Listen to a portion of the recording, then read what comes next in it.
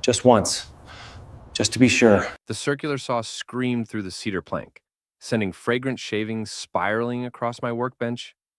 Mrs. Patterson's pergola was nearly finished, 24 feet of hand-cut posts and crossbeams that would outlast her grandchildren. I'd spent 3 weeks on the joints alone, each one fitted with the precision that built my reputation. The blade caught a knot. The board kicked back hard, and I felt the teeth rake across my palm before I could pull away. Damn it! Blood dripped onto the sawdust as I wrapped my hand in an old shop rag. 42 years old, and I still made rookie mistakes when my mind wandered. My phone buzzed. Text message. Hi, Evan. This is Mrs. Patterson. I'm sorry, but we need to cancel the pergola project. My husband found someone online who can do it faster and cheaper. Sorry for the inconvenience. I stared at the message, then at the nearly completed structure. 3 weeks of work. Premium cedar, hand-cut mortise and tenon joints that would last 50 years, reduced to an inconvenience. The rag around my hand was soaking through. I drove to urgent care, where a bored physician's assistant cleaned the wound and applied butterfly bandages. Keep it dry for a week, she said without looking up from her clipboard. That evening, Melody announced she was going away. Where? I asked, not looking up from the insurance paperwork spread across our kitchen table. A mom retreat. Tracy organized it. We're going to this place in the mountains for mental health and self-care. She was already packing, folding yoga pants and expensive athletic wear into her designer duffel bag. How long? Just the weekend. We leave Friday morning, back Sunday night. I nodded. Melody had been different lately. Distant, secretive about her phone, spending more time with Tracy Ellison's mommy group than with me or our 9-year-old son, Jake.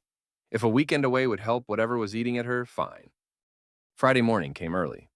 Melody kissed my cheek, a quick obligatory peck, and climbed into her white SUV. I watched from the kitchen window as she backed out of our driveway, already talking on her Bluetooth headset. The weekend passed quietly. Jake and I worked on a birdhouse, watched movies, ordered pizza. Simple pleasures that felt more relaxed without Melody's constant commentary about the mess we were making or how we needed to be more presentable. Sunday night, her SUV pulled into the garage at 10:30. I was reading in bed when she came upstairs, moving quietly like she didn't want to disturb me. How was the retreat? I asked. Good, relaxing. We did yoga and meditation, talked about mindfulness. She headed straight for the bathroom. I heard the shower running for a long time. Monday morning, I went to move her car so I could back my truck out easier. The moment I opened the driver's door, I smelled it. Hotel soap, that artificial floral scent they use in mid-range chains. Not the earthy organic soap from a mountain wellness retreat. I stood there for a moment, holding the door handle, breathing in that unmistakable hotel smell. A small thing, maybe meaningless. But my gut twisted like it had when the saw kicked back. The cut on my palm throbbed under its bandage. I closed the car door and went to work. You should come to our next gathering, Tracy Ellison said, cornering me at Jake's soccer practice. The West Side Moms group. We're very supportive of each other. Tracy was the kind of woman who treated motherhood like a competitive sport. Her son played travel baseball, took piano lessons, and spoke conversational Spanish. Her husband was a dentist with a practice downtown. They lived in a house that belonged in a magazine. I don't think I qualify, I said. Tracy laughed, a sound like breaking glass. Oh, Evan, we include the dads sometimes, family events. You'd fit right in. I doubted that. Tracy's circle consisted of women who drove luxury SUVs to yoga class and spent more on a single lunch than I made in a day. But Melody had thrown herself into this group with an enthusiasm I hadn't seen from her in years. The weekly brunches started immediately. Every Tuesday, Melody would put on her best, casual, expensive outfit and drive to whatever restaurant Tracy had chosen. She'd come home buzzing with gossip about people I'd never met, problems I couldn't relate to. Sarah's nanny quit without notice, she'd report. And Lindsay's husband won't pay for the kitchen renovation. Can you imagine? I couldn't imagine having a nanny to quit, or a kitchen that needed more renovation than the one we'd just finished paying off. But I listened, nodded, made appropriate sounds of sympathy or outrage. The weekend retreats became monthly events, always short notice, always essential for her mental health and personal growth. After the third one, I started paying attention to the details. Melody's PayPal account was linked to our joint checking for convenience. Online purchases, splitting restaurant bills with friends. I rarely looked at the statements, but something nagged at me to check. The charge was there from her most recent retreat weekend, Grandview Suites, downtown Charlotte. $240. The memo line read, "Thanks for last night." Not, "Thanks for the weekend." Not, "Spa retreat payment." "Thanks for last night." I screenshotted the transaction and saved it to a folder on my phone. Then I sat in my truck outside the bank, staring at the image, trying to think of innocent explanations. Maybe Tracy had covered everyone's room and they were reimbursing her. Maybe it was a mistake. Maybe the hotel's payment system automatically generated that message. Maybe my wife was lying to me. That night at dinner, I asked casual questions. "How was the spa this weekend?" "Oh, relaxing. We did this amazing salt scrub treatment." "Where was it again?" "In the mountains, about 2 hours north." She didn't look up from cutting Jake's chicken. "The Grandview Suites?" Now she looked up. Just for a second, her eyes went wide. Then she recovered. "No, it was called Mountain View Lodge." Something like that. Very rustic. The Grandview Suites was downtown, 15 minutes from our house. The opposite of rustic. I nodded and went back to eating, but something cold had settled in my chest. Something that felt like that moment when the saw blade catches the wood wrong, and you know it's about to kick back and cut you. Chapter 3. Evidence. I'd never spied on my wife before. The idea felt dirty, invasive, like something desperate men did in movies. But the hotel soap smell lingered in my memory, mixing with that PayPal receipt until I couldn't ignore it anymore. Installing the GPS tracker was easier than I'd expected, a small magnetic device that stuck under her rear bumper and synced to an app on my phone. I told myself I was being paranoid, that I'd check it once, see her normal routine, and delete the whole thing. For a week, the tracker showed exactly what I expected. Grocery stores, Jake's school, Tracy's house, the gym, normal suburban mom locations. Then, Sunday morning arrived, and the GPS dot moved downtown. Not to a church, not to a coffee shop, to 412 Professional Plaza, the address of Ellison Family Dental. Jonas Ellison, Tracy's husband. The man with the perfect smile, who always wore expensive suits to Jake's soccer games and called everyone buddy. Melody's SUV sat in the dental office parking lot for 3 hours on a Sunday. When it moved, it went directly to the Grandview Suites. I screenshot everything. Monday morning, I called Daryl Faulkner. We'd worked together for 2 years, ever since he got out of prison and needed a job that didn't ask too many questions about background checks. Daryl was quiet, reliable, and had a skill set that included being invisible when necessary. "I need a favor," I said. "What kind of favor?" "The kind you don't talk about afterward." Daryl met me at a diner outside town. I showed him the photos, explained the situation. "You want me to follow her?" "Just once, next weekend. I need to know what I'm dealing with before I make any decisions." Daryl studied the GPS screenshots, the hotel receipts, the dates and times I'd compiled in a neat folder. "This is going to hurt," he said. "It already hurts. Now I need to know how much." Saturday morning, Melody kissed my cheek and climbed into her SUV for another mom retreat. This time she was taking a larger suitcase and mentioned she might not be back until Monday. Daryl called me at 2 in the afternoon. "You sitting down? Tell me." Grandview Suites, room 847. Been there since 11:30. Dude in a BMW showed up around noon. Matched the photo you showed me of the dentist. My hand tightened on the phone. "You sure? Positive? They ordered room service an hour ago. Champagne and strawberries." I hung up and sat in my workshop, staring at the half-finished cabinet I'd been building for Jake's room. Measured twice, cut once. That was the rule. But some cuts couldn't be undone, no matter how carefully you measured. Sunday evening, Melody came home glowing with relaxation and mindfulness. She hugged Jake, told him about the amazing yoga sessions and healthy meals. She smelled like expensive hotels and guilt. That night, I lay awake beside her, listening to her breathe, planning my next move. In carpentry, When you find rot in the wood, you don't try to work around it. You cut it out completely, or it spreads and destroys everything you're trying to build. I'm thinking we should have a big summer picnic, Tracy announced at Tuesday's mom brunch, according to Melody's breathless recap that evening. All the families, kids, dads, everyone. Like a real community celebration.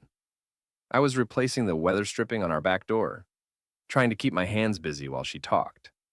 The old rubber had cracked over the winter, letting in drafts and insects. Sounds nice, I said, not looking up from my work. She's thinking Beach Creek Park. They have that pavilion with the projector set up for outdoor movies. Perfect for the kids. My hands stilled on the weather strip. Projector? Yeah, for when they show movies in the park during summer. Big screen, sound system, the works. Very high-tech. Very high-tech indeed. I finished installing the weather strip and cleaned up my tools. Mind racing. The invitation came 3 days later, hand-delivered by Tracy herself. Expensive cardstock, embossed lettering, the whole production.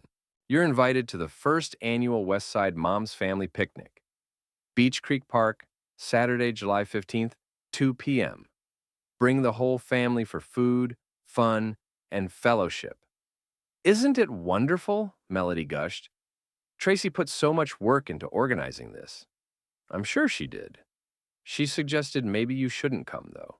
She thinks it might be more relaxed if it's just the moms and kids for now. You know how guys can change the dynamic.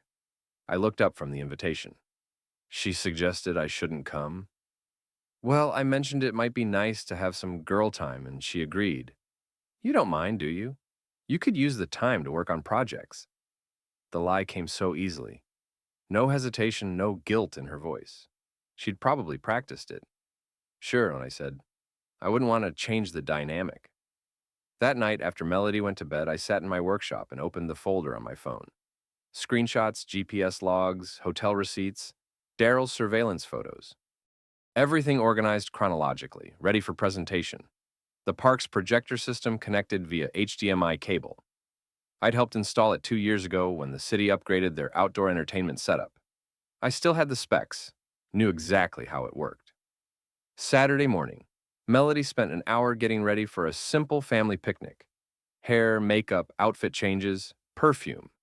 She packed a cooler with expensive cheese and organic fruit, the kind of food that made statements about your lifestyle. You sure you don't want to come? She asked one final time. I'm sure. Have fun with your friends. She kissed my cheek, another quick, obligatory peck, and loaded her supplies into the SUV. I watched her drive away, then got ready for my own trip to the park. 20 minutes later, I was loading my own cooler into my truck. But mine contained something different than organic fruit. It contained an HDMI cable and a laptop loaded with very specific files. Beach Creek Park was buzzing with activity when I arrived. Families spread across picnic tables, children running through sprinklers, the smell of grilled hot dogs mixing with sunscreen and summer heat. The perfect suburban gathering. I parked at the far end of the lot and watched. Tracy had claimed the main pavilion, decorated it with balloons and banners, reading Westside Mom's Family Picnic.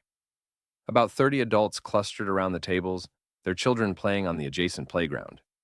Melody stood near the center of it all, laughing at something Jonas Ellison was saying. He wore khaki shorts and a polo shirt, looking like he'd stepped out of a country club magazine. His wife Tracy bustled around, playing hostess, completely oblivious to what was happening 3 feet away from her. I waited until Tracy called everyone together for her welcome speech. She loved being the center of attention, loved having an audience for her carefully planned presentations. Today, that would work perfectly for me. Before we start the movie for the kids, Tracy announced, I wanted to say a few words about community and friendship. I circled around to the back of the pavilion, where the park's projection equipment sat on a rolling cart. The same system I'd helped install. The same system I knew better than anyone here. Tracy's voice carried across the park, as I quietly unplugged her laptop and connected my own. The projector screen was already down, ready for the children's movie she'd planned to show after lunch. Because that's what this group is really about, Tracy continued. Support, trust, and authentic relationships. I opened my laptop and navigated to the folder I'd prepared. Everything was there, organized in chronological order.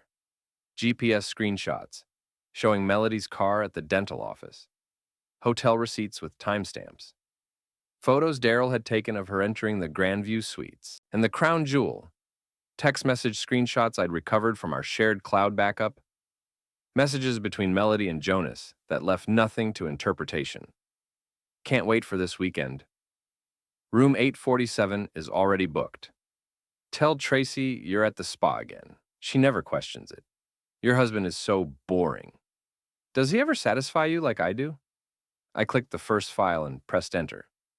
The park fell silent except for children playing in the distance. On the 20-foot projection screen, clear as daylight, appeared a GPS map showing Melody's white SUV parked at Ellison Family Dental last Sunday morning. "What is that?" someone called out. Tracy turned around, confused. "That's not the movie." I clicked to the next image. Hotel receipt from the Grandview Suites with that damning memo line, "Thanks for last night." Melody had gone pale. Jonas was already moving, pushing through the crowd toward the projection equipment. But I was faster. The text messages appeared on screen in large so everyone could read them clearly. Explicit messages about secret weekends, planning sessions for their lies, intimate details that made several people gasp and cover their children's eyes. "Turn it off!" Tracy screamed. "Turn it off right now!" The final image was a photo Daryl had taken through the hotel room window. Melody and Jonas on the bed, clearly engaged in activities that had nothing to do with dental care or mom retreats. Jonas reached me first, his face twisted with rage. "You sick bastard! What kind of man?" I stood up slowly, disconnected my laptop, and looked him in the eye. "The kind who doesn't sleep with other men's wives," I said. He swung at me. I ducked under his wild punch and drove my fist into his solar plexus. He folded like a bad poker hand, gasping on the ground. The park had erupted in chaos. Children were crying. Tracy was screaming at Melody, calling her words I'd never heard Tracy use before. Other moms were filming with their phones, already uploading the drama to social media. Melody stood in the middle of it all, tears streaming down her face, trying to explain herself to anyone who would listen. "This isn't what it looks like," she sobbed. "You don't understand the situation." "I understand perfectly," I said, packing up my laptop. "Jake, come on, we're going home." My son ran to me, confused and scared by the adult chaos surrounding him. I picked him up, carried him to my truck, and drove away while the West Side Moms family picnic dissolved into suburban warfare behind us. Monday morning, 8 a.m. sharp, I walked into the offices of Garrison and Associates, Family Law. I'd called ahead, made an emergency appointment, and brought a thick manila folder containing everything I'd compiled over the past month. Tamara Garrison was exactly what I'd hoped for in a divorce attorney. Sharp, efficient, and cold as winter steel. She reviewed my evidence with the detached professionalism of a surgeon examining x-rays. "This is thorough," she said. "GPS tracking, financial records, photographic evidence, documented infidelity. When did you compile all this?" "Over the past 3 weeks." "And the public humiliation at the park?" "Saturday afternoon. I estimate about 40 witnesses, plus social media video." She leaned back in her leather chair. "Mr. Kress, I've been practicing family law for 15 years. Most clients come in here emotional, unprepared, and looking for revenge. You came in looking for results. I respect that. What are my options? With evidence this comprehensive and public, your wife's credibility is destroyed. We can file for divorce based on adultery, seek primary custody of your son, and given the financial evidence of her deception, pursue reimbursement for marital funds used to facilitate the affair. How long will it take? If she contests it, 6 months minimum. But given the circumstances?" Tamara smiled coldly. "I doubt she'll want this to go to trial. Too much dirty laundry already aired in public?" I wrote a retainer check and walked out with papers already being prepared. By noon, our joint bank accounts were frozen. By 2 p.m., an injunction was filed, preventing Melody from selling any marital property. By 5 p.m., formal divorce papers were served at the hotel where she'd been staying since Sunday night. My phone started ringing at 6 p.m., Melody's number. I let it go to voicemail. 7 voicemails, 12 text messages, and 3 attempted visits to the house. I'd changed the locks Monday afternoon and installed a security system. The cameras recorded her trying door handles, pounding on windows, shouting accusations through the glass. "You planned this!" she screamed at the front door. "You manipulated everything!" Through the security monitor, I watched her rage spiral into desperation. She looked terrible. Unwashed hair, yesterday's clothes, makeup streaked down her cheeks. Jake watched from the living room window, silent and confused. "Dad, why is Mom outside? Why can't she come in?" "Sometimes grown-ups make choices that hurt other people," I said. "When that happens, there are consequences." At 11 p.m., red and blue lights flashed in our driveway. I met the police officers at the door with my lawyer's business card and copies of the restraining order Tamara had filed that afternoon. "Sir, we have reports of a domestic disturbance," the older officer said.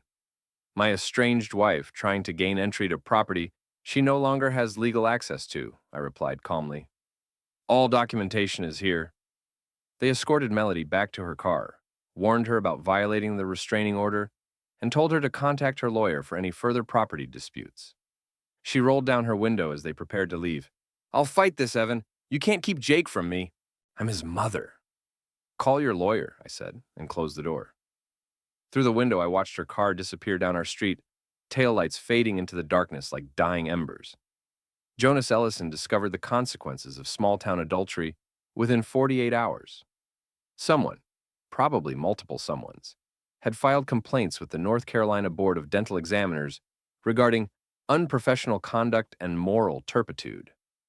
I knew this because Daryl still had contacts in places where information moved quickly, and because Jonas's BMW was no longer parked at the dental office on Tuesday morning when I drove past. "Suspended pending investigation," Daryl told me over coffee Wednesday morning. "They take ethics violations seriously in licensed professions." Good to know. There's more. Tracy filed for separation yesterday. Kicked him out of the house with 2 suitcases and a trash bag. Neighbors saw him loading his car at midnight. The domino effect was swift and merciless.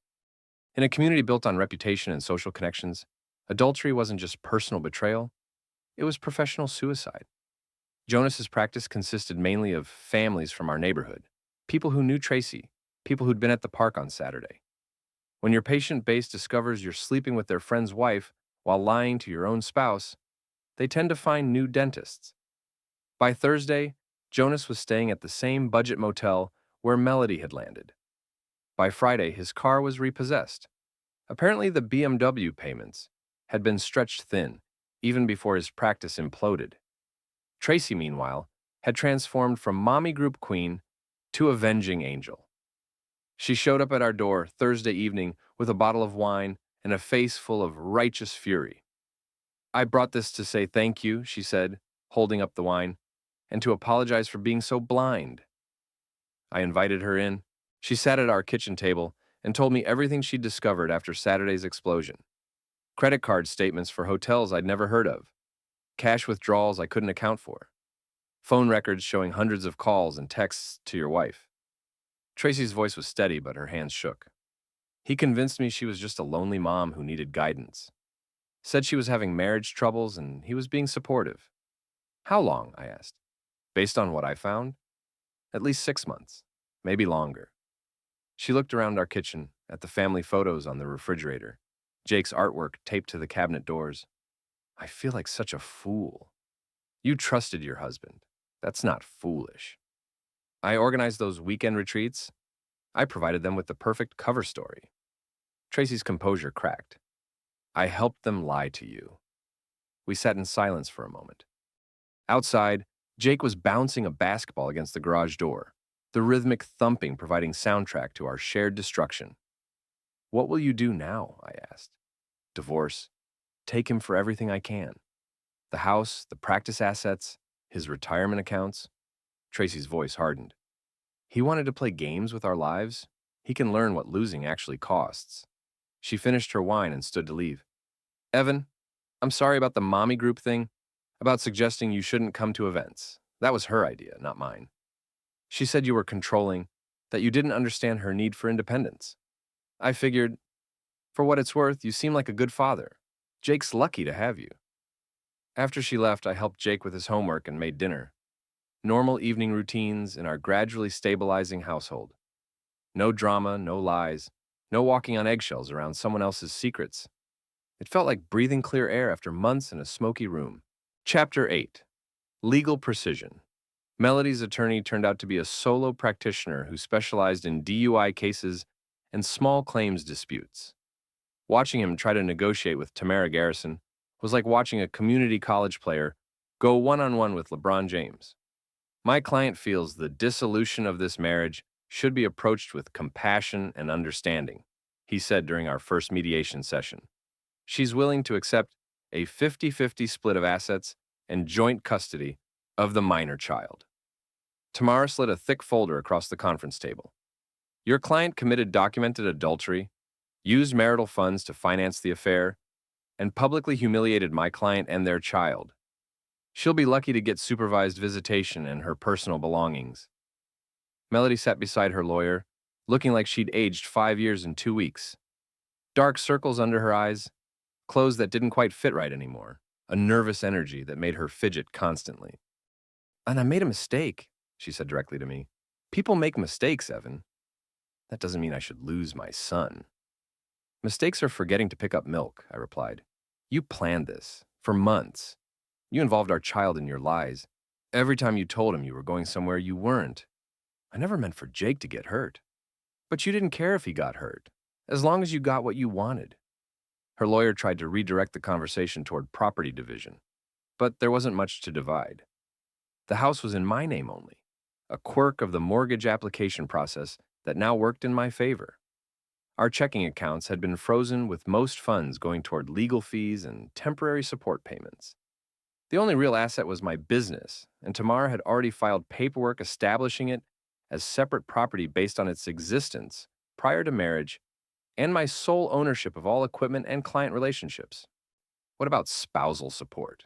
Melody's attorney asked. What about it? Tamara replied. She's 38 years old with a college degree. She can get a job like everyone else. The mediation ended with no agreement and a court date set for 6 weeks later. But Tamara wasn't worried. She'll fold before trial, she told me afterward. Her lawyer knows he can't win, and she can't afford to drag this out. The longer it goes, the more evidence we compile, and the more her behavior gets scrutinized in court. She was right. 2 weeks later, Melody signed a settlement agreement that gave her weekend visitation with Jake, her personal belongings, and nothing else.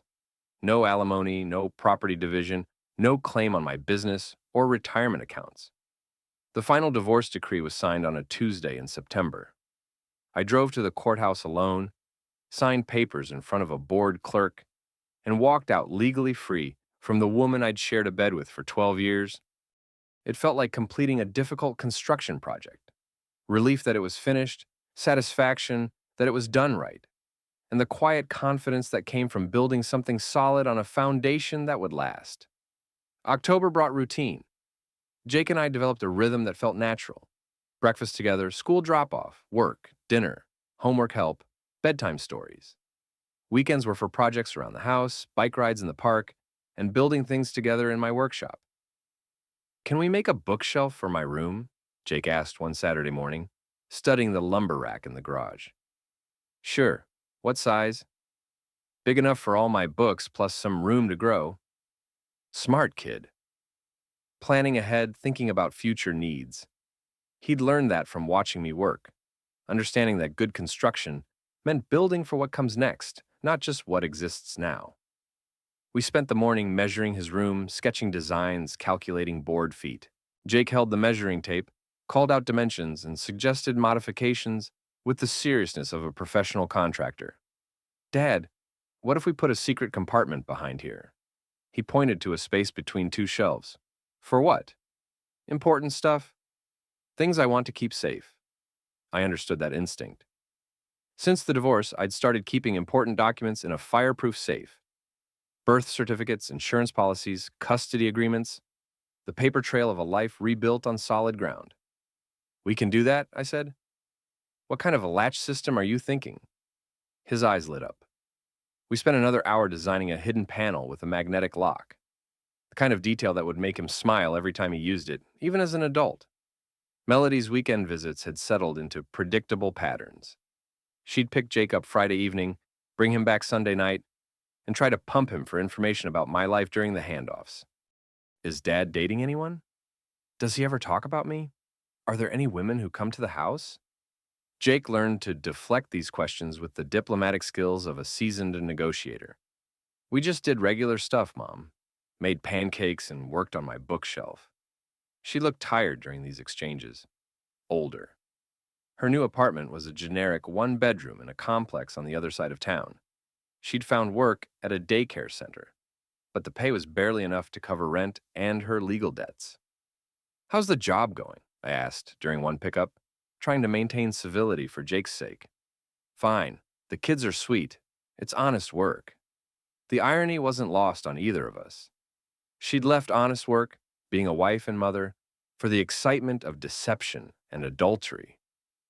Now she was back to honest work at a fraction of the life she'd thrown away. But I didn't point that out. Jake was listening, and he didn't need to hear his father gloat about his mother's downfall. He needed to see that people could be civil even after they'd hurt each other, that divorce didn't have to mean eternal warfare. That's good, I said. Jake, grab your overnight bag. These exchanges were brief, polite, and empty of emotion. We'd become strangers who shared a child and a complicated history. Nothing more, nothing less. Some evenings after Jake went to bed, I'd sit in my workshop and think about the future. Not the immediate future of custody schedules and maintenance payments, but the long-term future of building a life worth living. The business was growing. Word-of-mouth referrals from satisfied customers, repeat clients who appreciated quality work, new projects that challenged my skills and paid well. I was considering hiring help, maybe training an apprentice who wanted to learn the trade properly. Jake was thriving in school, making friends, playing soccer with enthusiasm, if not exceptional skill. He'd adapted to our new normal with the resilience children possess when adults handle crisis with competence instead of chaos. And I was learning to sleep soundly again, no longer wondering where my wife really was or what lies she was telling. The house felt peaceful, organized, honest, built on a foundation that wouldn't shift or crack under pressure. Jonas Ellison's final destruction arrived via certified mail on a Tuesday in November. The North Carolina Board of Dental Examiners had completed their investigation and reached a decision: permanent license revocation for violations of professional ethics and moral conduct standards. I learned this because Daryl brought me a copy of the public record, along with updates on Jonas's continued fall from grace. His ex-wife from college hired a private investigator, Daryl reported over lunch at our usual diner. Turns out the dental board complaint wasn't the only thing she filed. What else? Divorce petition in Virginia, where they lived before he moved here. Apparently, they never finalized their divorce. She thought they had. But he manipulated the paperwork. Technically, he was still married to her when he married Tracy. I put down my sandwich. He was married to both of them? Bigamy. Felony in both states. She's going after him for fraud, identity theft, and about 6 other charges. Plus, she wants alimony from the years she thought they were divorced, but legally weren't. The web of Jonas's deceptions was even more complex than I'd imagined. He hadn't just betrayed Tracy and seduced Melody. He'd built his entire adult life on fraudulent foundations. Where is he now? County lockup. Couldn't make bail. His lawyer dropped him when the bigamy charges came out. Apparently, that's the kind of case that ruins a legal career even when you win.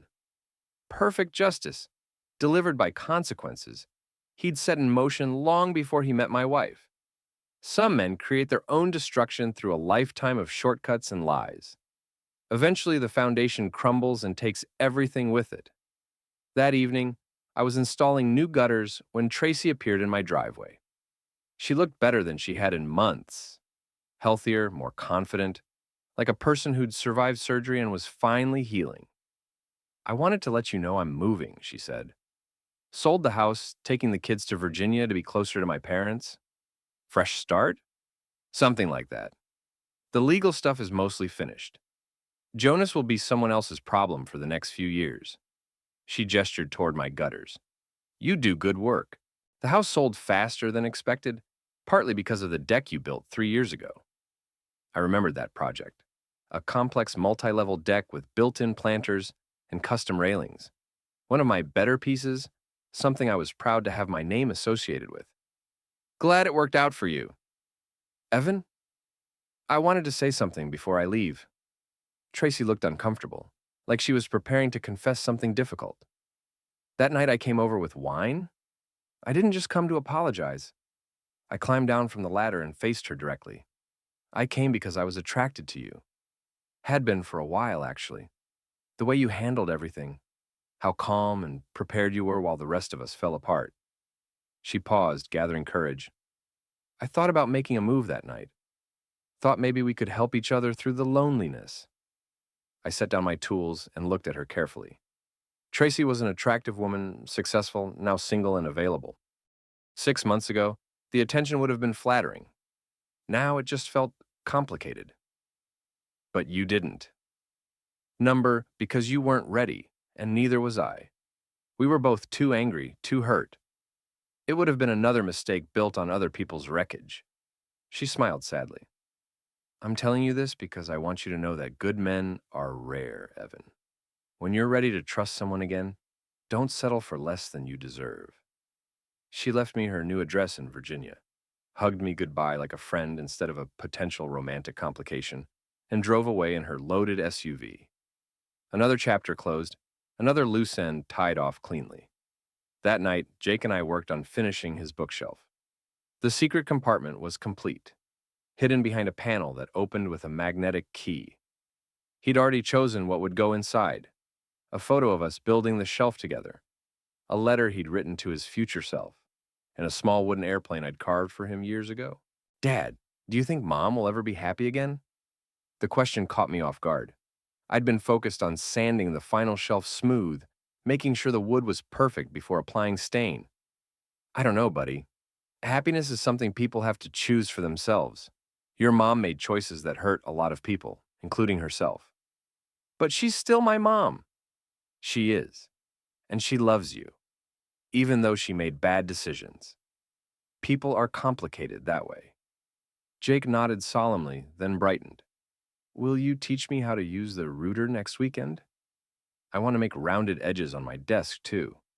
Sure, but we'll start with scrap wood. Routers are dangerous if you don't know what you're doing. Like marriage? I laughed despite myself. Yeah, buddy, exactly like marriage. The call came on a cold Thursday morning in January. Melody's voice on the phone, shaky and desperate. Evan, I need help. Please. I'd been cutting dados for a custom cabinet, focused on the precision required to make joints that would last decades. Her voice pulled me back to complications I thought we'd finished resolving. What kind of help? I lost my job, the daycare center. Some of the parents found out about what happened last summer. They complained to the owner, said they weren't comfortable with me around their children. Small towns had long memories, especially for scandals that involved trusted community members. The mommy group network that had once embraced her now served as an efficient gossip distribution system. I'm sorry to hear that. I can't make rent this month or next month. I've applied everywhere, but her voice broke. Everyone knows. The story followed me. I can't even get interviews. I understood the desperation in her voice. When your reputation is destroyed in a close community, employment options become extremely limited. But I also understood that this was a consequence she'd created for herself. What are you asking for?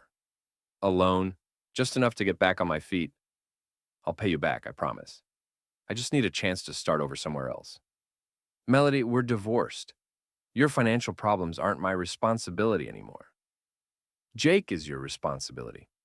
If I can't pay rent, if I end up homeless, what happens to his visitation? What happens to his relationship with his mother? The manipulation was obvious, but effective. She knew I wouldn't let Jake suffer because of her choices, even if those choices had created the problem. How much? $3,000. First month's rent and deposit on a place in Asheville. There's a position at a preschool there, somewhere nobody knows my history. $3,000. The cost of quality hardwood for a major project. Money I'd earned through honest work, careful planning, and building something worthwhile. I'll think about it. That evening, I discussed the situation with Jake during dinner. Mom called you? He looked worried. Is she okay? She's having some difficulties. Adult stuff. Nothing for you to worry about. But she's still going to pick me up this weekend. I saw the anxiety in his eyes. Despite everything that had happened, despite the lies and betrayal and public humiliation, she was still his mother. He loved her with the uncomplicated devotion children possess, separate from adult judgments about character and consequences. Yeah, buddy, she'll pick you up this weekend. I wrote the check Friday morning and drove to Melody's apartment complex. The place looked worse in daylight. Peeling paint, cracked sidewalks, the kind of housing that people settled for when better options disappeared. Melody answered the door looking like a ghost of her former self. Thin, pale, wearing clothes that had seen better days.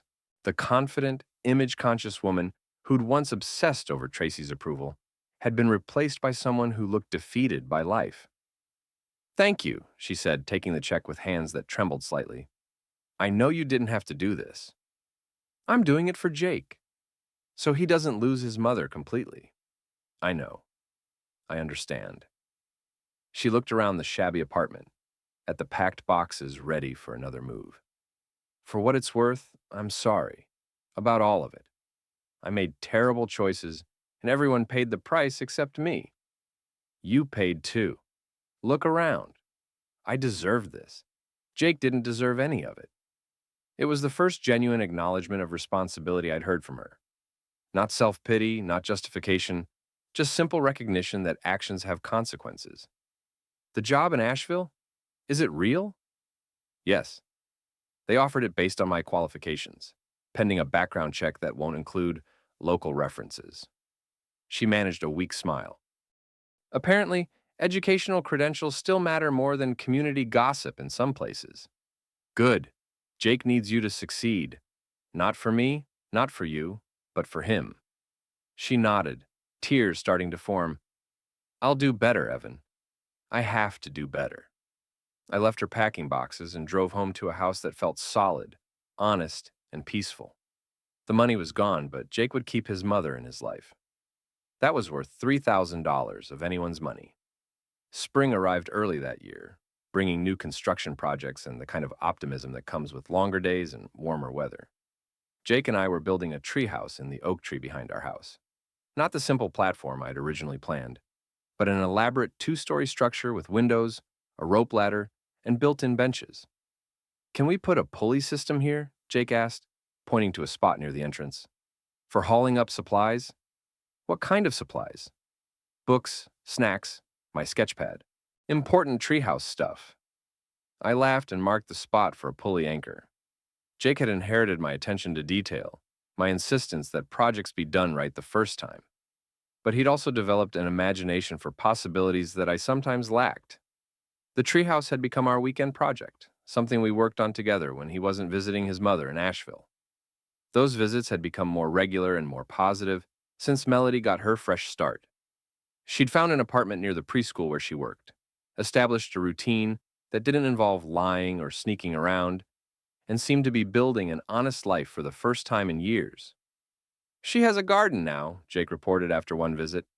Tomatoes and herbs. She's learning to cook real food instead of just heating things up. That's good. Your mom always wanted to try gardening. She talks about you sometimes. Says you taught her about measuring twice and cutting once, but she never learned to apply it to anything except wood. Wise words from someone who'd learned their truth through painful experience. On a Saturday in May, we were installing the treehouse roof when a car pulled into our driveway. Not Melody's Honda. She wasn't due to pick up Jake until tomorrow. This was a red pickup truck I didn't recognize. A woman climbed out somewhere in her 30s, wearing jeans and work boots. She had short brown hair and the kind of confident walk that suggested she knew how to handle herself. Evan Kress? That's me. I'm Sarah Chen. I heard you do custom furniture work. I'm hoping you might have time for a project. Jake scrambled down from the treehouse to get a better look at our visitor. He was always curious about my clients, interested in what people wanted built and how I would solve their design challenges. What kind of project? Sarah gestured toward her truck, which I now noticed was loaded with lumber and tools. I'm renovating a house I just bought. Built-in bookcases for the living room, custom kitchen cabinets, maybe some floating shelves. The previous owner did everything himself, and let's just say his measuring skills were more optimistic than accurate. I climbed down from the treehouse and walked over to examine her truck. Quality lumber, professional-grade tools, someone who understood materials, and wasn't looking for the cheapest possible option. You do your own work? When I can. But I'm an accountant, not a carpenter. I can handle basic stuff, but built-ins require skills I don't have. Jake had followed us and was studying the lumber in Sarah's truck with professional interest. Dad builds the best stuff, he announced. He never cuts anything wrong, and everything fits perfect. Sarah smiled at him, then looked back at me. Good recommendations are hard to find. What's your timeline? Flexible. I'd rather have it done right than done fast. I've lived with other people's shortcuts before. I'm ready to invest in quality work. We spent the next hour discussing her project, walking through her plans, talking about wood selection and finish options. She knew what she wanted, had realistic expectations about costs and scheduling, and asked intelligent questions about construction techniques. The kind of client who made the job enjoyable instead of stressful. When can you start? She asked as we finished reviewing her sketches. 2 weeks, I'm finishing up a kitchen remodel. Then I'll have time to focus on your project. Perfect. She shook my hand with a firm grip, loaded her lumber back into the truck, and drove away. Jake and I returned to the treehouse roof. Dad, she seems nice. She's a client, buddy. But she's pretty, and she knows about tools. I hammered in another shingle and tried not to think about how long it had been since I'd had a conversation with an attractive woman that wasn't about custody schedules or divorce paperwork. Hand me that chalk line. We worked until sunset, making steady progress on the roof. The treehouse was nearly finished, just some trim work and the pulley system Jake wanted. Then we'd move on to other projects, other challenges, other opportunities to build something worthwhile together. As we cleaned up our tools, Jake looked back at the treehouse with satisfaction. It's going to be awesome when it's done. It's pretty awesome right now. Dad, can we carve something in the tree trunk? Like our names so people know who built this? I considered it. The oak tree was over 50 years old, strong enough to support our treehouse and anything else we might add over the years. Carving our names wouldn't hurt it, and Jake was right. People should know who built something that would last. Sure. What do you want it to say? Jake thought for a moment, then smiled. Built by Jake and Dad. Spring 2024. Made to last. Perfect. Simple, honest, and true. We carved the inscription carefully using a sharp chisel and taking our time to make clean, deep letters that would remain readable for decades. Jake traced each letter with his finger after I finished cutting it, memorizing the feel of our names together in wood. The sun set behind us as we packed up our tools and headed inside for dinner. Another productive day, another step forward in building the life we wanted. No drama, no lies, no walking on eggshells around someone else's secrets. Just honest work, honest relationships, and the satisfaction that comes from creating something solid on foundations that won't shift or crack under pressure. In the distance, I could hear the sound of other families in their backyards. Children playing, adults talking, the comfortable noise of suburbia settling into evening.